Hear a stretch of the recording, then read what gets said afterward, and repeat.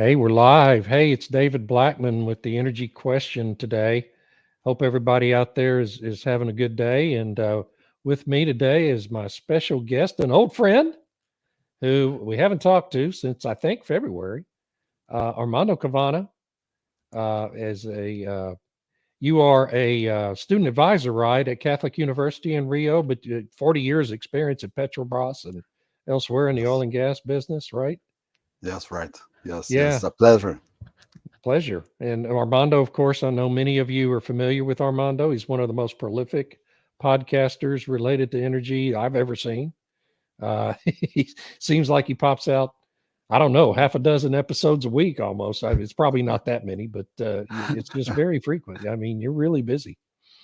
Yes, I'm doing very a lot of them, and interesting because some in Portuguese now increasing a little bit the portion of Brazilian communications, and then with some friends from the United States and Europe too. So it's a pleasure to be here, David, today, and you are one of the best persons in terms of energy analysis. Oh, Is fantastic. I love your texts and your podcasts, so I follow you every day. well, thank you. That's so nice.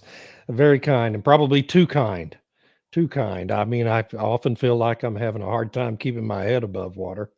Um, there's so much happening, of course, in the energy and political world, and as it relates to energy, and but there's been a lot happening down in South America as well.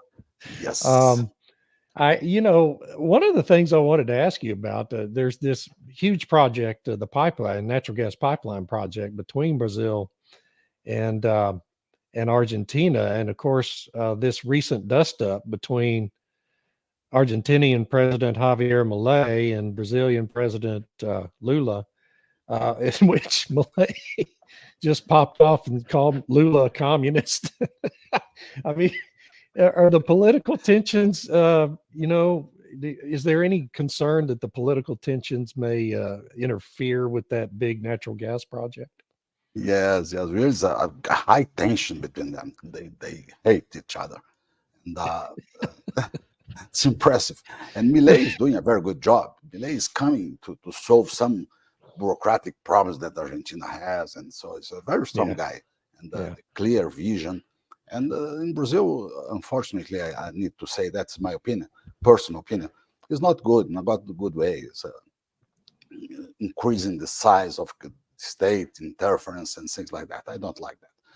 But anyway, this gas from Argentina is important for Brazil because Yeah, our pre-salt is not so, let's see, we do not have too much natural gas in the pre-salt. It's much more because carbonate formation is much more oil. It's a good right. portion of oil in the high level API. So that's the reason that we produce only 140 million barrels a day. Right. Sorry, million cubic meters a day of gas. It's too little to Brazil.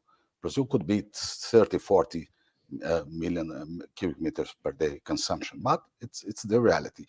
And we have a pipeline from Bolivia to Brazil. Right. Is, that in the past was 30 million cubic meters per day of gas coming from Bolivia to now. But nowadays is declining to almost 8, from 30 to 8. Wow. And we need more gas. And Argentina is a source of gas that could be interesting for us.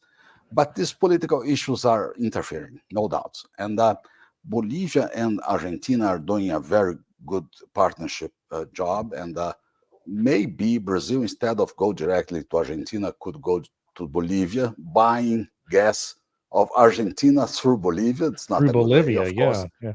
Yeah. But at the same time, there are many conversations between Brazil and especially south part of Brazil and Argentina to conclude some pipelines to Brazil. Could be very interesting to Brazil, to south part especially because a rich part of the country that the consumption is high, and that we could have support of natural gas there.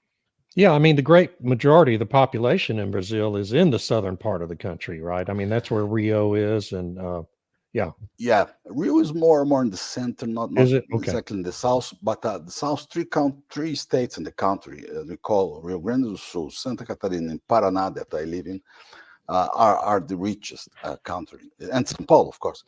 are the four richest countries, and they are in the south, and Yeah. the consumption is very high, and the industry development, so could be very attractive to have this backup gas. Why we do not have from pre-salt more gas production that we are, so Brazil is investing to do that. But the investments in Brazil, David, sometimes not so clear and easy, because the state is very present in the investments, and the interference of states and private investors see this fluctuation of interference and see, oh my God, I will put my money here. 4 years later, maybe the government changed for a different way of thinking, and how can I do that? So that's the key point for investors here. Well, that's becoming a problem here in the United States. We keep going back and forth between political parties and administrations. And of course, in this current administration, we've seen the Biden philosophy be a lot more interventionist in the economy and in investment decisions. I mean, the latest example is this ridiculous pause in permitting on LNG facilities that's been in effect since January. And, I mean, when investors see that, and people don't seem to understand it, of course, these people in the Biden administration don't understand it. But when you're talking about multi-billion-dollar investments in long-term projects that are going to span across 3 different presidential terms, companies, investors have to have confidence in consistency of policy. And so, I mean, that's the same kind of thing you're running into in Brazil. This lack of this back and forth and lack of consistency and confidence in the legal system, and it makes it really hard to justify multi-billion-dollar investment. Yeah. But when people see the regulatory system that can change every year for one side to another side, so how can I put my money in this project? It's so complicated. It's not complicated, really. But Petrobras has had success here over the past few years in attracting investment in the offshore, haven't they? I mean, Yes. I know they've made several pretty big deals, partnership, joint ventures out there offshore in the deep water, right? Right. Yes. Petrobras in this case is a success. It really is. And thanks to the past concept of joint venture with big companies like Shell, Exxon, Chevron, BP, all big Total Energies, Repsol, all of them are here. And they are not only with Petrobras, they are alone, investing alone in projects in pre-salt and other deep water opportunities, especially in the east part of the country, not in the north. That's another problem. Equatorial margin. That's another theme. But in the south, in the south, the volumes we have around 12 billion barrels reserves in situ to be produced. Wow. So it's a very, the United States is 40 or 50 billion. Right. It's much bigger, of course. But this 12 for us is very important to produce. Well, that's huge, yeah. Yeah, 3 to 4 million barrels a day, with a consumption of 2.5. So we have, we can export a part of the crude oil. And so Brazil is in a good shape in terms of deep water. Technology in Petrobras is good. The partnerships with providers, first-class providers, first-tier providers. So it's a very strong relationship with a long time, more than 4 decades. So it's a good position for Petrobras, no doubts. The challenge for Petrobras is to face the energy transition, that's so-called energy transition, Yeah. but this transition is not so easy to do, no, David? So no, it's not. How can we replace things like oil, petrochemical feedstock? It's almost impossible now. Maybe one day we have something that can replace it, but nowadays it's impossible. Heavy logistics, ships, trains, trucks. How can we replace these things now? So Yeah. oil, in this case, is irreplaceable at that time. Well, for natural gas, let's just talk about that in that context. You need more natural gas, is natural gas. I mean, what's the main use for natural gas in Brazil? Is it in power generation mainly, Yeah, or is it? yeah. We have electricity in Brazil. 50% is from hydro, uh, Right. wind 12%, solar 17%, biomass 7. Okay, 70% of electricity in Brazil is come from this let's see, That's renewables energy. fantastic. Yeah, that's And, real but renewables. Yeah.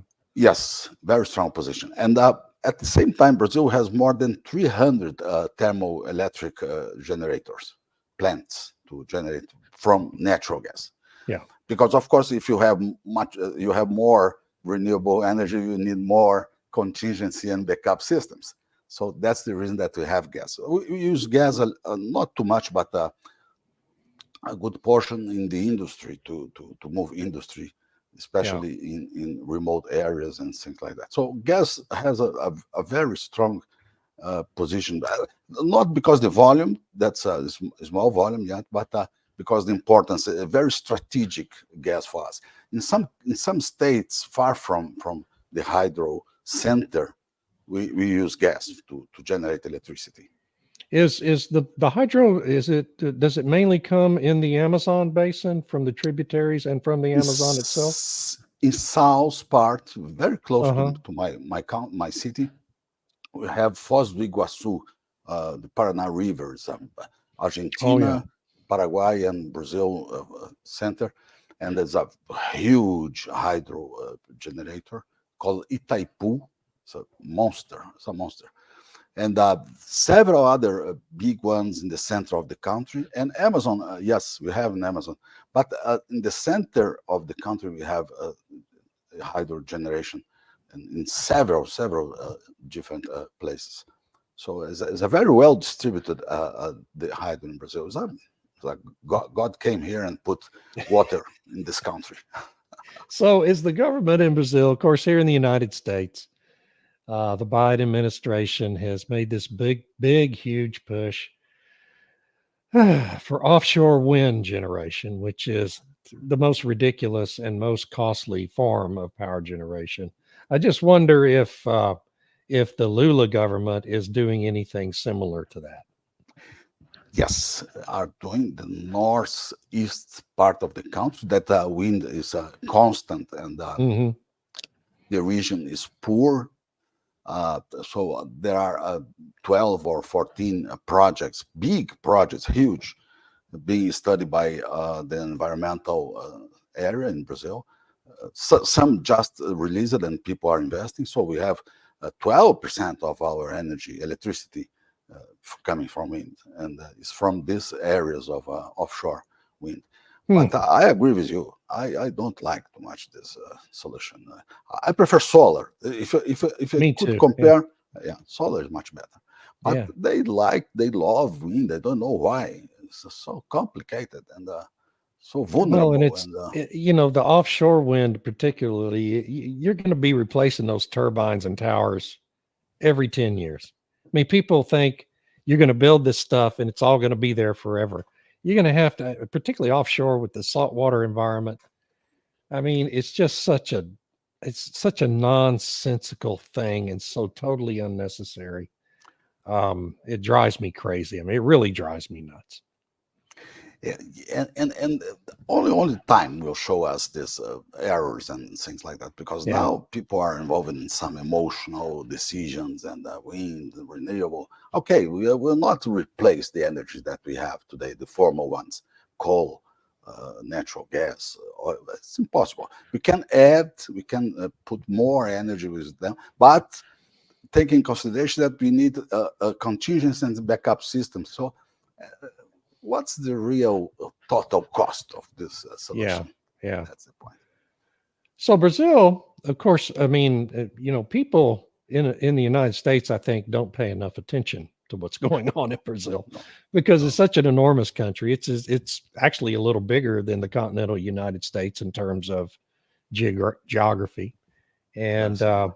how many people in Brazil? 100 million, Two, 100, 200 million, 200 and 200 something. million. 200, Holy moly. yes. Yeah, And of United course, States is 300. Yeah. wow. Yeah, man, 200 million. So of course, Brazil is also one of the original members of BRICS, the BRICS alliance, along with China and Russia, India and South Africa. And I know that, of course, now you've added Saudi Arabia and Egypt and what Iran and the UAE as well to that coalition. Argentina was going to join and then wasn't going to join, and I think now they've decided they're going to join again. Right? Is that right? Yeah. And so, I mean, this is a powerful trade alliance that is heavily influenced, I think, by China. Yes. And Because Russia. as the economic powerhouse, really, of all those powerfully economic countries. Um, I wonder if you're seeing in Brazil now. I mean, I've got to believe China is making great inroads in Brazil in terms of investments and in these renewable energy spaces, right? If Mhm. for nothing else, just in terms of supplying the lithium and other minerals that are required for all this stuff. Well, the first point, BRICS with 5 countries now is stable. They're trying to make some change to use internal coin currency instead of a petrodollar and things like that. Right, Is right. a difficult movement. It's not simple, but they are doing these efforts, and maybe something can happen soon. And the growing this group means more complicated administration of that. With 5 countries is just too much complicated. Imagine with 40. Yeah, They are yeah, planning 40 countries in yeah. this group. So I cannot see something feasible to manage the decisions and with Argentina, Brazil, so opposite mindsets now Right. because they change positions every 4 years. And the other part that you mentioned by China influence in this situation, especially in Brazil, yes, China has in Brazil is owner of several ports along the coast, several ports. So the dominance of China in terms of logistics is Yeah. very, very huge here. So they are buying, they are clever, they are intelligent in this level. So how can I assure that my goods I can export to the country if I do not have ports? So control the ports. You have this doors open. And but another point that the dependence of China, yeah, I see that's the same in the United States. I'm not sure. The components that you use in turbines and plates and energy components, all things come from China. So Right. the dependency is high, very high. So this influence can drive our decisions and this group of decisions based on China thinking model. Maybe this way. So in the United States, where electric vehicles are concerned, we have a bunch of automakers here in the United States, and I don't know, does Brazil, and we're very concerned, the administration is concerned, everyone's concerned about China eventually bringing, uh, high quality and inexpensive electric vehicles into the U.S. market and really disadvantaging our domestic auto companies. Is that a concern in Brazil? I don't know if Brazil has automakers. I assume you must have domestic car makers in Brazil. Not Brazilians of that. They are all from the United States. Okay. Chevrolet, Ford, Yeah. from Asia, Honda, the same in the United States, but we do not have own Brazilian ones.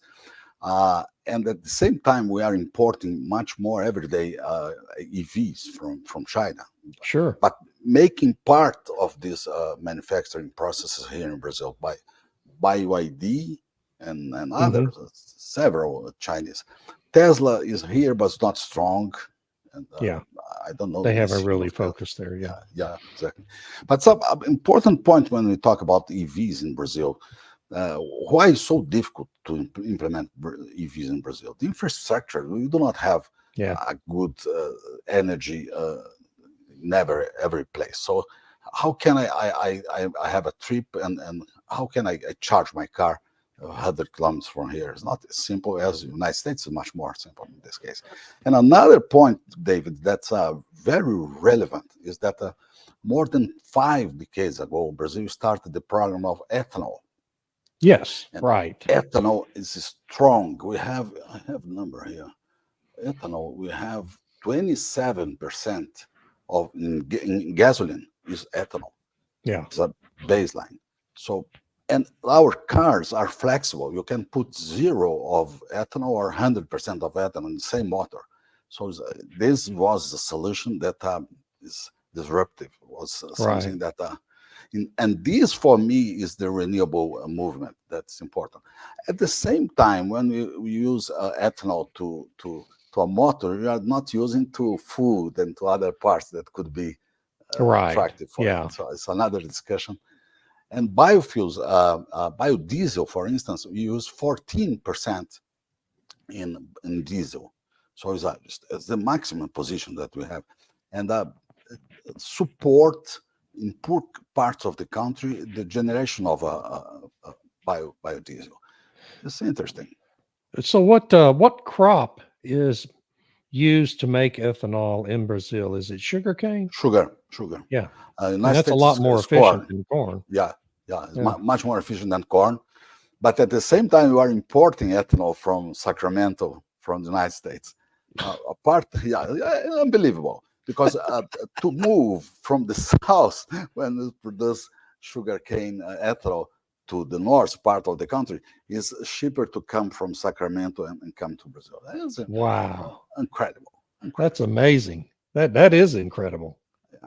Golly, unbelievable. But I mean, that's why we have this global trade. You just never know what's going to be the most economic thing to do until you get there. Right? Yeah, but the global trade using what kind of fuel to move this diesel? Yeah. Of course, they have adopted. The shipping industry did move to a mandated, a cleaner, a less polluting form of diesel here in recent years, and so the emissions are a lot lower, but still diesel, and it's hard to see. I know some ships have converted to using ethanol and LNG, and I don't know what all else, but I mean, it's really going to be diesel for the time being, and people don't think about that aspect of it either. No. But it's just the hypocrisy of the whole thing. It drives me nuts. So we are here. I mean, so I wonder also in the United States, of course, we have this. It's almost a Watergate-like situation with Joe Biden and his own party trying to force him to withdraw from the nomination. And that's still ongoing today. It's getting more intense every day. Is that making news? I'm just curious. Is it making news in Brazil, and how are people reacting to it? Totally. We follow the United States every day.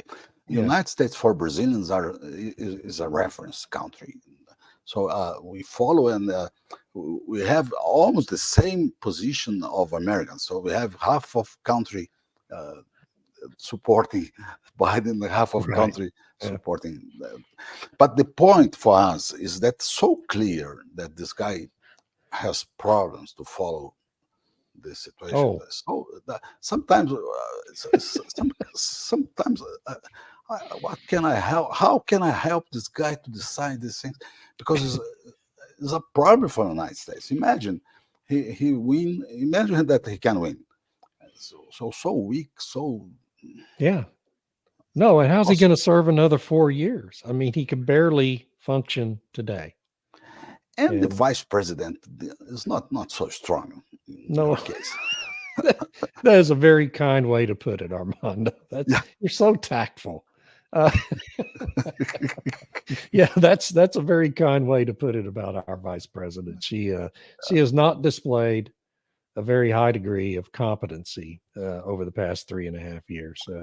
And how can we in Brazil? How can we see United States as a reference that is for us, and being let's see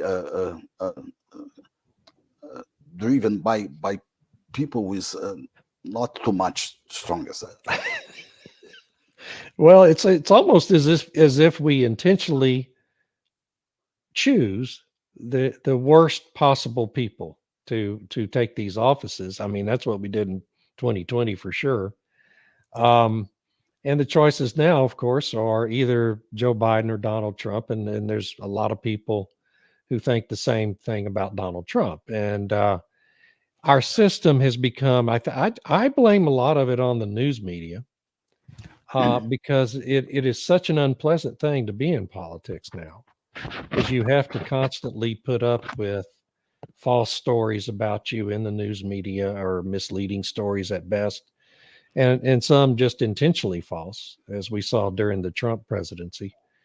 Repeatedly every day, just legion false stories in the news media, and it unfortunately it all has the impact of discouraging really quality people who would actually be good leaders from running for these offices. And so you end up with these marginal folks who half the country hates and half the country won't say anything bad about. And it's really a polarizing situation that I believe is just almost entirely driven by the news media and its utter corruption.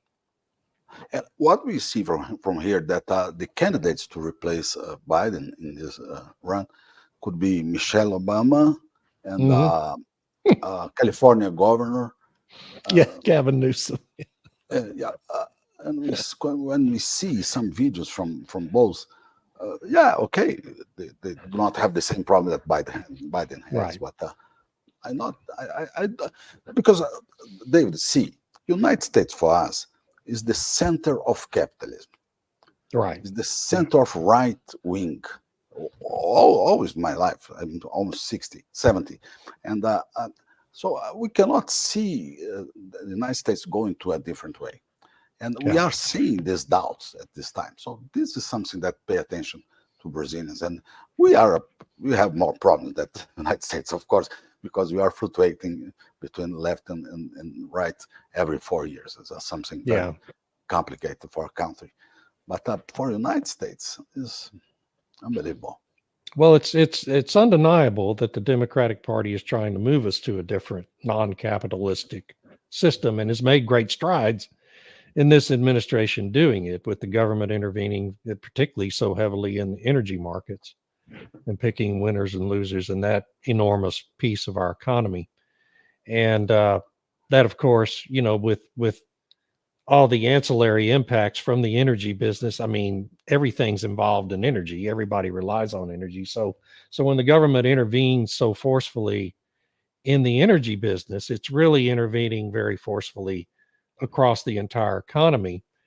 And yeah, I mean, if I think it's undeniable, if we give this administration another 4 years, our country is going to look, it will hold very little resemblance to what it did 4 years ago. And particularly from an economic standpoint, and in the energy space. And that's what this whole global effort related to climate change and energy transition really is trying to drive, not just in the United States, but across the Western world. And so it's very disconcerting to me. And you and I have talked about it many times. I think everything they do has the obvious impact of rendering us dependent on China for our energy and energy security. And I think that the same thing's true in Brazil. Good point. And what we see more than that is that the United States is exporting the, mining and not clean processes to less wealthy countries, and trying to become clean in his region. But it's not true, because if you export something that make dust far from you, the atmosphere will bring back to you the same problem. Yeah. So it's not simple to understand these movements. No, it really isn't. And somebody, I forget who I was watching or reading, made a great point about the UK. Same thing's happening in the United Kingdom, of course. And I forget who it was. It certainly was not Rishi Sunak, but someone opposed to the Labor Party and the net zero policies in the UK was making that very point that we're not really cutting emissions. All we're Exactly. doing is deindustrializing our economy and we're relocating the emissions to China and to a lesser extent to India Exactly. and the Philippines and that whole Africa. Pacific Rim. And so that's what's happening across the Western world. And this election in the United States is really Crucial. really crucial. And if it goes, if we reelect the Democrats, then it's inevitable that we're going to go in that direction, and there will be no going back. So it's I always try to avoid saying any election is the most important election we've ever had. But this one really is. I Yes. just think it's kind of undeniable. So we'll certainly November, one way or another, is going to be a big month for all of us. Yeah, that's clear for us. That's a crucial election, and that if we have the same trend that today they will confirm this regulatory systems, politics, and will be something difficult in the future. Yeah. No doubt. No doubt. Well, Armando, I just this has been fun. Let's do it again soon. Let's make a habit of this. It's so Yeah, nice sure. to talk to you again. I've learned so much from you over the Sure, no years, problem. and Let's combine each week 30 minutes. well, let's do it. Let's do it. We can just It's a do an pleasure. update every Thursday if you want to. Well, excellent. That'd be good for me. For me, it's a great pleasure. You know that I like this conversation. Maybe we can alternate between our platform here and your platform on your podcast. We can just Sure, no problem. back and Maybe forth. your platform, because I'm transmitting my platform at the same time. Maybe your. Oh, okay. All right. Good. problem. Well, we'll just do that. Let's just plan on next Thursday at this time. Make a regular deal of it. It's a deal. All right. Hey, All right. have a great week. And thanks everybody too. for joining us. I'm sorry we didn't get the questions and comments, but we'll do that next time. I apologize. I didn't think about it. Anyway, thank you all for joining us. Thanks to our great producer and friend, Stuart Turley and the Sandstone Group, and Eric Perel, our extraordinary producer. I'm David Blackman, and that's all for now. And we will end this stream.